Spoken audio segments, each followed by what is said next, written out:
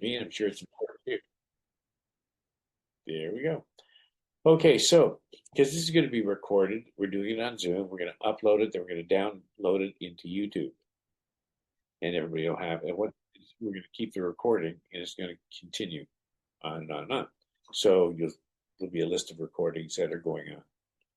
So let me get started. The first inaugural podcast. I thought I'd do it because it's what happened was a year ago that I started to put the book together. Oh, geez, by the way, I just happened to have a copy right there.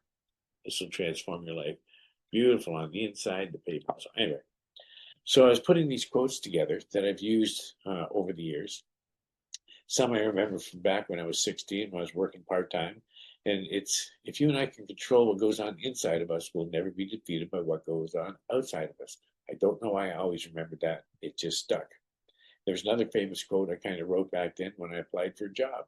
One time, the fellow said, "Well, we don't have enough to keep you busy." And I said, "You'd be surprised how little it takes." Anyway, I did get the job. So I've been collecting these over the years. And every time I'd find a good one that I liked, I'd kind of write down somewhere and put it on a piece of paper and put it in a file. And I've collected them. So I was doing, as most of you know, I do a wisdom thing before class because it's important. You know, we go through life, and here's one of the points of the talk today. We go through life, we're not even aware. We think we're aware, we're not aware. Because most of the time, we're actually living in the past or too anxious about the future. We're never here now. And it happens so naturally that we hear these voices going on. So what are you doing it this way for? Why didn't you go there? And why did you put that on instead? And all these, and you can hear these thoughts going back and forth. So who's in control? So we allow this part of our body to be in control. And the whole point of the wisdom book is when you take a look at the wisdoms and the quotes and you dissect them, you go on a much deeper level. So what we're talking about tonight is right there. And that's been hanging in my dojo, not only from 2000, but 2003 on to, well, still now. And what happened was I was in a park and there's a lady from Japan who's doing shodo. Now, shodo is the art of calligraphy. Do means way. And so she was doing these things. I paid her some money, and she actually did that for me. And it's all original. So I hung it up. And I asked her what it was. Actually, I told her what I wanted to write. Ichi-go Ichi-e. So an Ichi-go Ichi-e means one meaning, one time. But it also means every time is the first time and every time is the only time. Well, isn't that quite trite? But the point is if you, how many times have you gone somewhere, taken a little trip downtown or around the neighborhood, and you got to your destination and you said, how did I get here? You weren't present at all. And you go and you talk to somebody in the store, let's say a clerk at a retail store, grocery store, and she's quite nice. And you have this lovely conversation, you walk out and say, oh, she was really nice. And then somebody asks, well, what was she wearing? Well, I don't really know, but I think it was red. What was the color of her eyes? Jeez, I didn't even notice. How about her hair? What was her demeanor? How tall was she? You have no concept. All you know is you had a conversation in passing and on you go. But you were never really present in the moment. Now, in a case like that, as an example, if you take a look, you'll say, okay, you look at somebody, you focus. What's the color of her eyes? Gorgeous eyes. Or gorgeous eyes. Their hair is so nice. Or it could be maybe nice if it was trimmed this way. She's got lovely cheekbones or whatever. So you go through this, and then now you're exactly in the present. Not, oh, I wonder how long she's been working here, why she's been working here, how come she's wearing that. But then out the door. You follow. We don't see things the way they are. We think we do, but in passing and in life, as it goes by so fast, we don't see it. So, what a lovely couple of roses.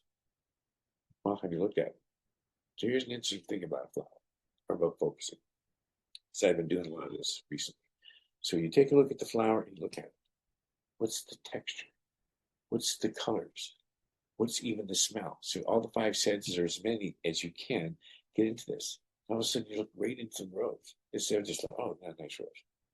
And you get right into the present, and then you see things that you never saw before, because most of life goes by and misses us, and things are changing so fast.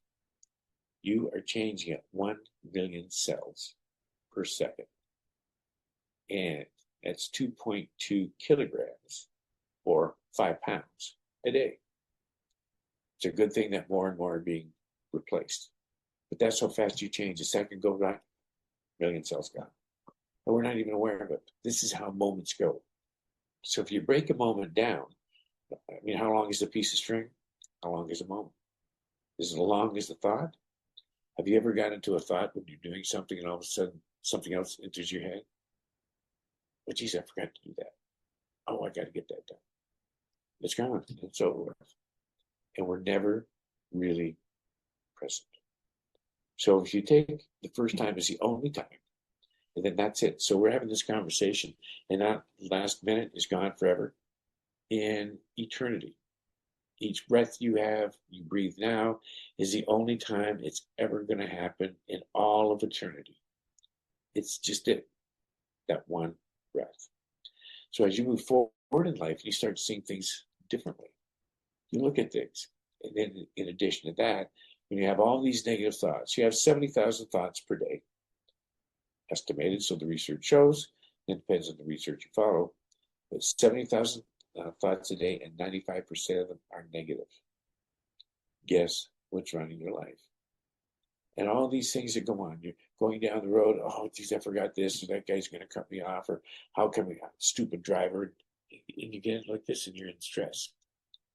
And to carry that further, 95% of all disease is caused by stress. And you take a statistic a little farther, it just came out after 24 years. Over 50% of all deaths are caused by inflammation. Inflammation can be caused by stress. I'm talking chronic inflammation.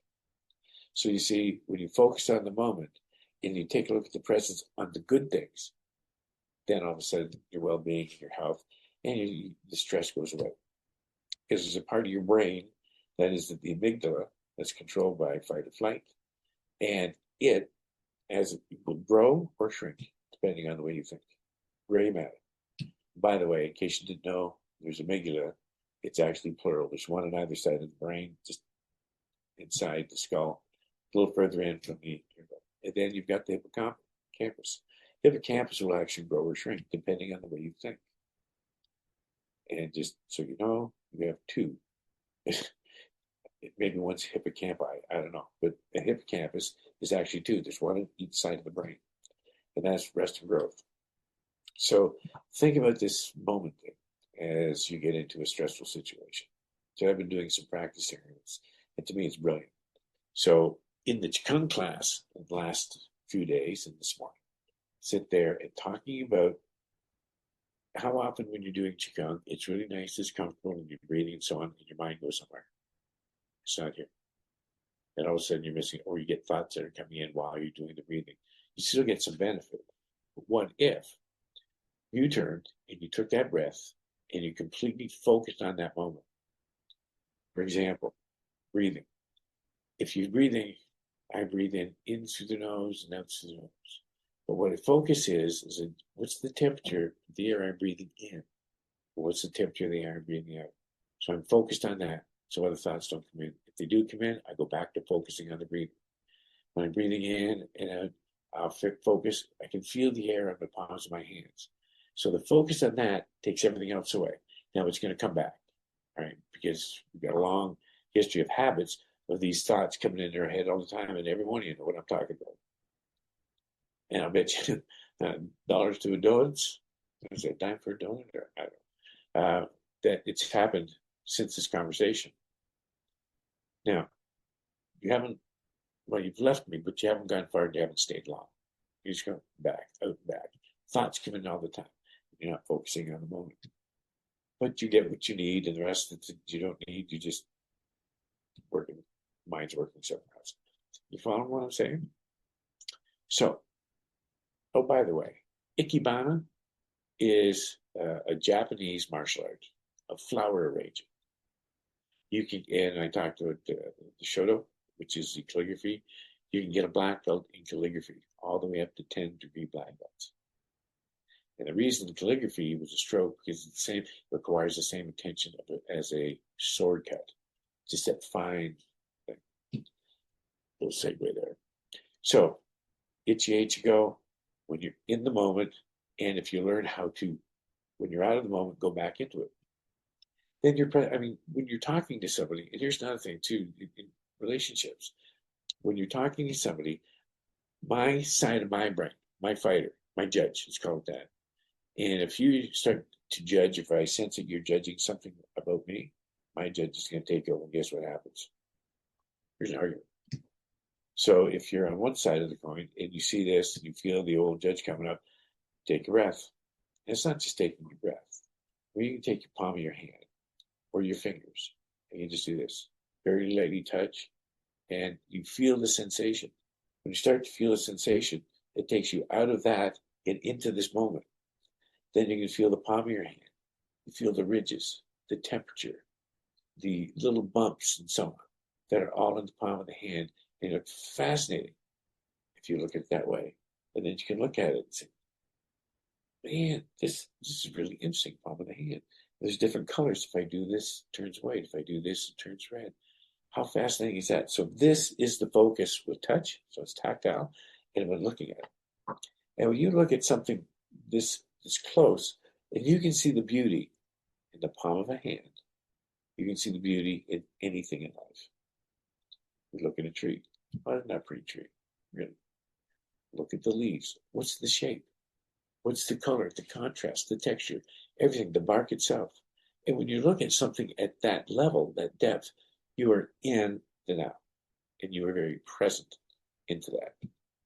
That's where you want to be. Otherwise, you're not present anywhere. Rarely. If you're driving down things, you're not really present. The radio's on, things are going off, you're watching traffic, and you're thinking about what you're going to do the rest of the day. You get up in the morning, what you, oh, geez, I got to do here, I got to go there, and working up maybe with negative thoughts or thoughts of urgency, and you're not present. They're always focused in the future or in the past. And how does that quote go? It's actually in the book. I haven't memorized them all yet, but quite a few.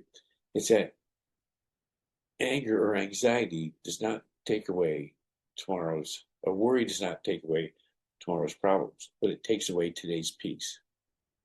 Think of that. So why are you anxious about tomorrow? Because we've got these habits with these thoughts. So maybe we can stop them. All of a sudden you find yourself getting anxious. Let's just breathe through it. In and out, in through the nose, out through the nose. Feel the temperature. When you're that focused, the brain can only hold one thought at a time. So if you're that focused, all the other stuff goes away. And believe me, it's going to come back. But you have to build the other side of the brain strong enough through practice when this doesn't happen anymore. So every time that happens, oh, this is what's going on. And you can even identify the parts of the brain that are or parts of yourself that are attacking you. The judge, the stickler, the avoider, all these hyperactive. There's 10 of them. But you don't have to actually know the names. Just know when you're not in the presence. When you're not in the presence and you're thinking outside the box, you're walking down the street and this brain's going on, you're not there. So what does that mean? When you start looking at present, the more you can be present and you look at people, you talk to people, you look at them. And they're absolutely amazing to look at when you're present. Man, the color of their eyes. And you can do this while you're talking to them because you focus and they pick up that energy. And when you have that focus, these neurons that are firing off in your brain about the kindness and how the wonder and so on, their matching neurons will fire off also. Now you have a great presence and a great conversation. Because the opposite, what's the opposite of that? It's either peace and happiness and enjoyment. Because when you started going present, you can enjoy life better. And here's another thing. And it came to me, and somebody said you can lose weight by doing this also. It has nothing to do with diet. What it is, and I've been doing this, and this is really fascinating, so you must try it. Many of us eat. We sit down, we'll have a meal, and we'll just eat, we'll chew and swallow, and chew and swallow. We're thinking about something, things are going on, who we're with, what the topic is. here's a fascinating point. This is really brilliant. When you sit down to eat and you take a bite, close your eyes every now and again. You're not great in conversation, but just close it. Get the practice where, and you just chew very slow. And as you're chewing, you really get the flavors, everything that's there. You get the texture of the food, the chewing, and the swallowing, and the flavors, and all these things are going on, and you do it very slowly and present. And when you start doing this, to find that what I found is I eat very fast. I generally don't chew my food much. I swallow chunks. And I started doing this, and all of a sudden I get fuller faster because it's going so slow. I should say faster.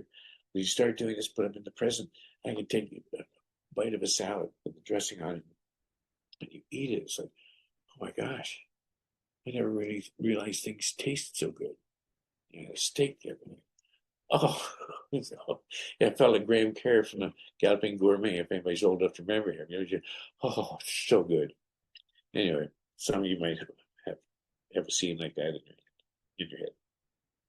But that's an interesting thing. So instead of, you can't eat more that way, you start getting full before you're finished.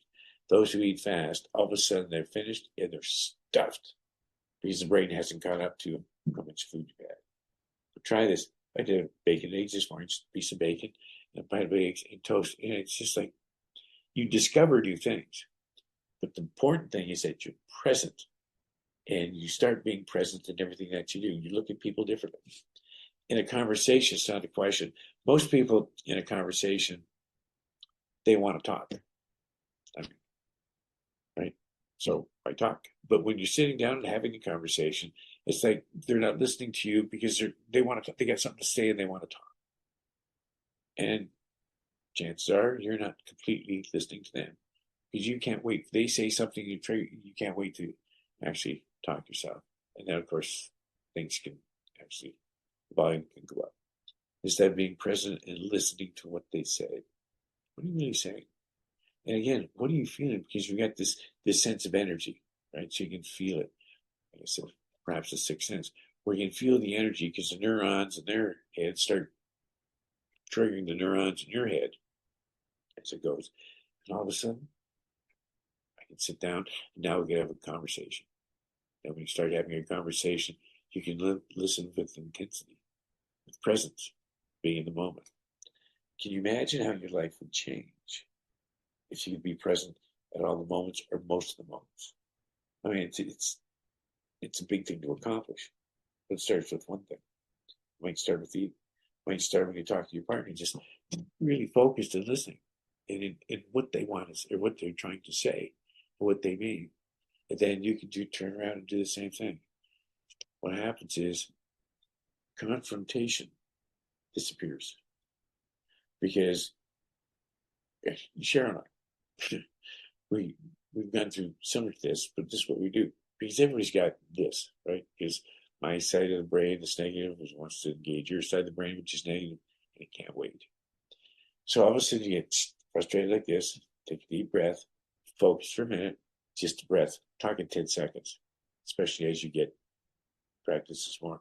In through the nose, feel the temperature, and then feel the temperature going. And just sitting there, all of a sudden you calm down. Now you can listen. And guess what? Talk about relationship benefits. It's beautiful. All of a sudden it's complete. There's no need to argue because there's nothing to argue about. Because I respect what you're saying and I want to hear it. Got the idea? So, there's 20 minutes already. I should have looked at my list.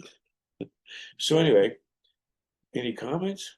Does it make sense what I'm saying, or do you understand what I'm saying? In many cases, it doesn't. You know, you could put it in the chat if you don't want to do voice. Well, anyway, I gotta say, it's really, really appreciate you all come on with me tonight. I feel like I'm at home. The only thing I don't have a uniform on, and yeah, outside of that. But oh, by the way, there's an ebook to this too. And this, like I said, I picked this up yesterday.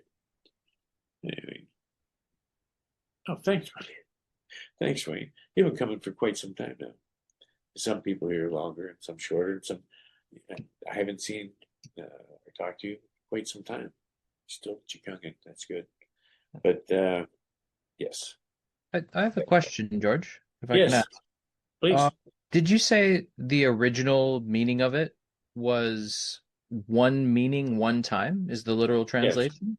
One time, one meeting. It's a One literal time, translation. one meaning. So One time, one meeting. We one meet. meeting. Okay. Yes. Okay. It actually comes to the Chinese tea ceremony. I think I mentioned that, and Zen Buddhism. Because or the Chinese, the Japanese tea ceremony. It's very, very intricate. I mean, there's tea masters. You can get a black belt in tea also. The Japanese have a black belt, the level of attainment in just about everything. But that just the ceremony of the tea and the sipping of the tea and how you turn the cup to give it to the other person, you have to be present in that. So that's where it came from. And of course, if you're present, it's every time is the first time. Because I mean, the first 5 minutes, the first 20 minutes is gone forever. It'll never come back. The breath you're taking right now is the first and only breath in infinity that's ever been breathed by you. Right. Because That's, each one being a meeting means that every single moment is an intersection of many things moving together. yes, So it's a statement on the wholeness and the oneness of all things at the same time then. absolutely. Yeah. Because the oneness consists of moments. And in a linear timeline, we take a look at time, it's 5 o'clock or 5:30. But what happened is in 71 years ago, plus when I was born, and I had this whole life ahead of me, and trying to understand it has been an interesting journey for me. And here I am. I'm still learning. I mean, this is some crazy cool stuff. Particularly, how does this apply to Qigong? And making the Qigong practice deeper, so that you feel more, is to be present. So now I'm working on. There's different things in each practice that we do. If we're breathing in like this, focus on the breath in and out. You can do temperature, nose, or just feel the hands and just be present. When you're that deep in the presence, Qigong changes everything.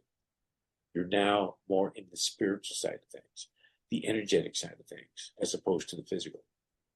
And that's a natural progression.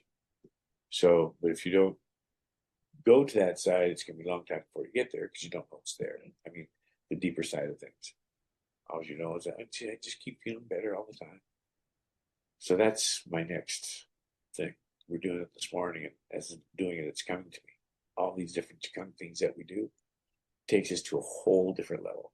I can't wait to bring that out. I'll do a workshop or something. Anyway, thanks for the questions. Did I answer that? Yes. Yes. Okay. Do Because you know, is it used as part of the tea ceremony? Like is it something that would be said during it or like no, it's just something that's understood. understood as part of it? Yes. Yes. It's an Because agreement in the tea ceremony. yes, it's an Okay. unspoken thing. It's just knowing, and because when you get something that's so intricate, I mean, there's a sample of that. If you ever watched The Karate Kid, the first one, and he meets with this girl, and she's a tea master, a tea setter, and you turn around, and you see her stir it a certain way, and then shake the thing a certain way, and everything is just precise. Matter of fact, I'll give you a quick little Zen story to identify that. There was a samurai that came to town, and he walked into the tea master's shop. The tea master didn't respect him, didn't bow because he's a samurai. So he says, "Tomorrow we're going to have a duel. I'm going to kill you." Now the tea master goes to another sword master. He says, "What do I do? I can't turn it down. If I turn it down, it's going to kill me anyway. So how am I supposed to fight this samurai? He's a warrior. I'm a tea master." And he says, "What you do is when you go up in front of him, draw the sword and think of the time and how you make your tea as a tea master. Everything that goes through it." So the next day, samurai shows up, the tea master shut up, and he lifted his sword up like this, and he got into that frame, that presence when he makes tea as a master. That whole energy came out like this, and he just stood there. And the samurai bowed. He says, "No, thank you. I don't want to fight." So he bowed and walked away. Just because the confidence, success is a memory. Your confidence is a memory of success part of it. So when you got that feeling, anybody could do that. But the tea master was able to get into the present moment and defeat a samurai, all because of his presence. That was a short story, wasn't it? Maybe longer. And by the way, in this book, there are 6 stories in there. 6 of my favorite. And I heard the same story, but told a little bit different. And one like this. It was the one with the farmer, the widower, and he had one son. And, the harvest was coming in. Everybody said, "Oh, you've got a horse. This is good." Well, the horse ran away. And they said, "Oh, what terrible news." And the old farmer says, "Maybe." The other side, same story, a little different. They had a racehorse, farmer and his son. Well, they entered the race horse into a race, and it won by a lot of time. And everybody said, "Oh, you're rich. You have the fastest racehorse in town. So this is wonderful." And the farmer said, "What is good and what is bad?" Well, it's a story. He was stolen by some thieves because it was valuable, and they tied him up. And all the townspeople said, "Oh, what terrible news! You had this beautiful horse. Now it's gone." And he says, "What is good and what is bad?" And then the horse broke away and ran because it knew where it lived. The owners got there, raided the stall, and 3 bears ran raided by it. And the townspeople said, "Oh, what beautiful, beautiful news." He said, "What is good and what is bad?" And of course, as you know, his son tried to ride one of the mares. It was a wild horse, fell off, broke his leg. And everybody said, "Oh, terrible news." He said, "What is good and what is bad?" The army came through a couple weeks later, conscripted all the young men, took them way off to a foreign war. None of them ever returned. But they left the son because his leg was broken. And all times people said, of course, the farmer said, "What's good and what's bad?" So when you hear a story like that, you can be present in the story and imagine, feel all the things that are going on. What do you learn? I mean, I get an episode like this coming up. I think it's rather unique. When you take a look, if you take a look at your life, because life you live forward, you only learn about it going backwards. So when you take a look at it, you look back and you take a look at all the major things that happened, good and bad. None of them were good, none of them were bad. Every single one of them got you to where you are today. And there's nothing in the universe that's happenstance. Everything happens for a reason or purpose to serve you, regardless of your opinion of it. It's one of my quotes I put in the book. So there you have it. But thanks for the question. Now, anybody else who got a question, don't be timid. I'm not going to go on for 10 minutes every time. Anybody else got a question or a thought or an opinion? I didn't say I'm always right, because for sure I'm not. But it's just one of the interesting Hey, things. George. Sir? Yes? I'm thinking that I've found over the years that we've been doing it together here through Tuesdays and Thursdays, and over the whole time I've been doing Tai Chi, Lin Kangjing and Tibetan Qigong are very, very good practices to learn to get in the moment, I think. Oh, yeah, because you're totally in the moment. But the hard thing about that is controlling the mind. Because if you're going to stand like here and work up to 55 minutes, standing up with your arms like this, your shoulders get tight and so on, it'll correct, but the mind's got to go. Otherwise, well, that's what makes it so special. That's what makes it so powerful. Is as you're doing this, when you get up to 55 minutes doing that, you control the mind quite well. But there's even in Oregon Qigong, I don't know how many you learned it, but if you're doing Oregon Qigong and you're practicing the breathing, it's a very specific kind of breathing. And I do this, I did some tonight. I do it usually before class. And I breathe in, and the breathing, there's 3 steps of breathing, but it's an amazing practice. Even out the 7 minutes, the stress booker with the 7 minutes, I do that every morning.